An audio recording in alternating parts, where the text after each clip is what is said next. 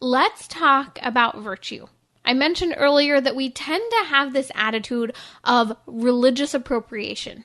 We only subscribe to parts of our Catholic faith, or we're subscribing to other parts of other religions and not really getting the full benefit of our Catholicism. And I truly believe one of the greatest elements of our Catholic faith, apart from the sacraments, that we tend to really miss out on are the virtues. So let's talk about the 4 cardinal virtues, and then we'll unpack a few of those capital virtues today as well. So the cardinal virtues, there are 4 of them. They're prudence, temperance, justice, and fortitude.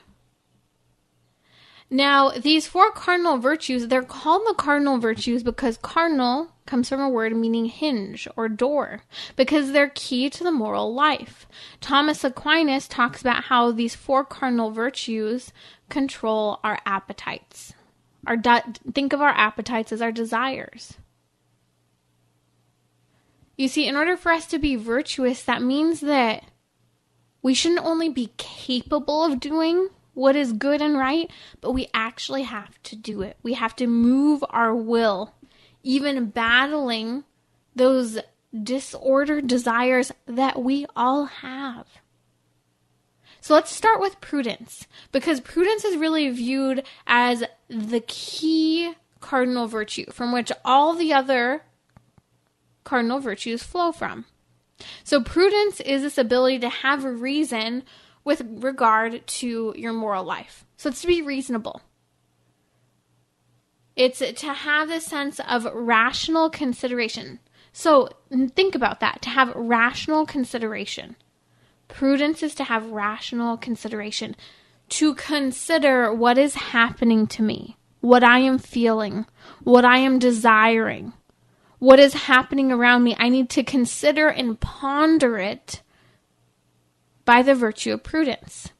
That means that we're not arbitrarily driven by various emotions and movements and actions around us. So often I think we live in such a busy world that we're all running on autopilot.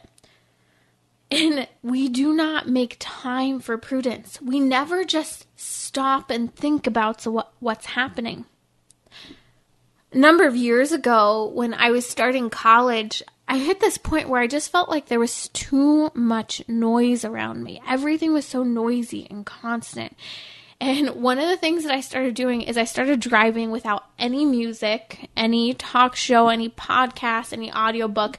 I started driving in complete silence. What I realized is it allowed me to start to kind of think through what I just did, who I just saw, how those conversations went, who I'm going to see a little later on, the things I have to do, what I'm studying, the lecture I heard.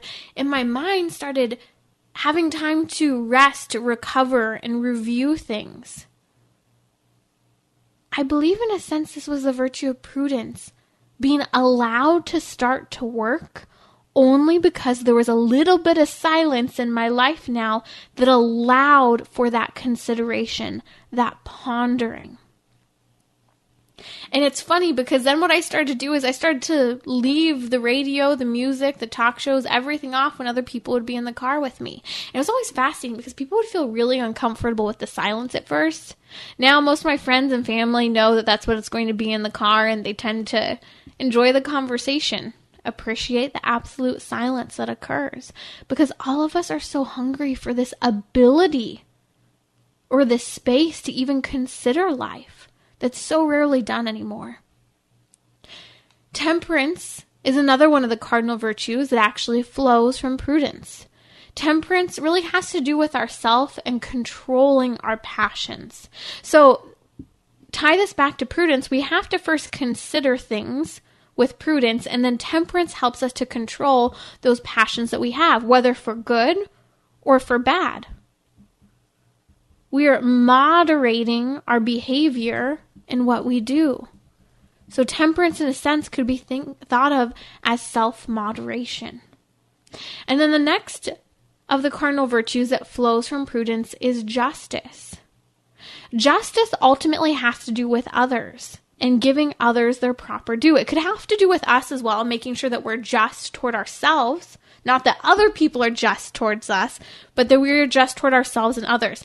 Recognize that, because we live in a culture where we talk about the injustice of it. We talk about the importance of justice, and we're usually talking about justice in terms of what we think we deserve and what is right.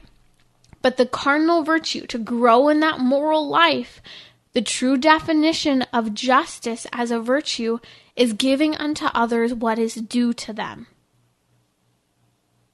And that's a really important definition of justice, because that will actually help you to define what you fight for. We can fight for just movements, but are we really fighting for just movements? Or are we fighting for things that we're triggered by that upset us that we think that we deserve? And then that last of the cardinal virtues is fortitude. Again, fortitude flows from prudence. Prudence being this rational consideration, that time to ponder. Fortitude is taking a stand, even against our own passions, but even taking a stand in the face of death.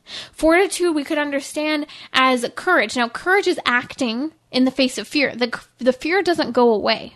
But fortitude goes even further than courage. Fortitude is acting in the face of fear, even to the point of death. If death is imminent, it's in our face. We're willing to take a stand, whether that's against ourselves or against others, if necessary. We're willing to do what is right and true and good. These 4 cardinal virtues, again, all flow from the first one being prudence. We won't be able to develop or grow in the virtues of temperance, justice, and fortitude if we don't first take those moments to ponder. Add more quiet moments to our lives so that we can grow in a life of virtue. Now, there are 7 capital virtues. I'm going to name them very quickly and name their opposing capital sin, also known as the deadly sins. But I'm only going to walk through a couple of them. So the virtue would be chastity, and its opposing deadly sin would be lust. Another one would be generosity. The deadly sin in opposition would be greed. Temperance, which we just talked about, is also here on the list of capital virtues, and its opposition would be gluttony. Brotherly love, the opposite would be envy. Meekness, its opposite would be anger and wrath. Humility, the opposite of humility, would be pride. Diligence, the opposite in its deadly sin, would be sloth. I'd like to talk here about meekness and diligence very briefly. Meekness is one of those words I think we just don't understand. We hear examples of how St. Joseph was meek, or Moses was a very meek person. Now, I mentioned a moment ago that although meekness is the virtue, the opposing deadly sin would be anger, or let's say wrath, for example. But you see, true meekness is part of the virtue of temperance that we were talking about earlier. That self-moderation, that sense of self-control. This is why it opposes the deadly sin of anger. Father John Hardon defined meekness in this way. He referred to it as the virtue that moderates anger and its disorderly effects. It is a form of temperance that controls every inordinate movement of resentment at another person's character or behavior. Let's take that part again for a second. So meekness helps us to control those inordinate movements of resentment. Yesterday on Trending, we had a specialist here who was a specialist working in addiction and various issues, and we talked a lot about marital struggles and this kind of attitude that we can have with a marriage of resentment of our spouse or nitpicking. And I think that meekness is really that virtue that is so necessary to help counter that, especially within marriage. It helps us to control those disordered movements that continue to fuel resentment, especially with regard to our opinion and our thoughts of other people and their behavior. Meekness is possible. Know this, St. Francis of de Sales, he's a saint, known for his mildness, patience, meekness, and gentleness. But did you know that he had a temper that was on fire? and was easily provoked to anger? If St. Francis de Sales, who was easily provoked to anger and had that fiery temper, could become a saint and develop gentleness, mildness, patience, and kindness and meekness, so can you and I. And that other virtue I want to talk about briefly is diligence. Its opposite, deadly sin, would be sloth. Diligence, continuing to be diligent in doing what is good, to not give up, to fight the fight, to finish the race, as St. Paul tells us. Diligence is what we need to continue to fight, to do good, and to develop good within us, to develop good thoughts, good attitudes, good behaviors, good habits.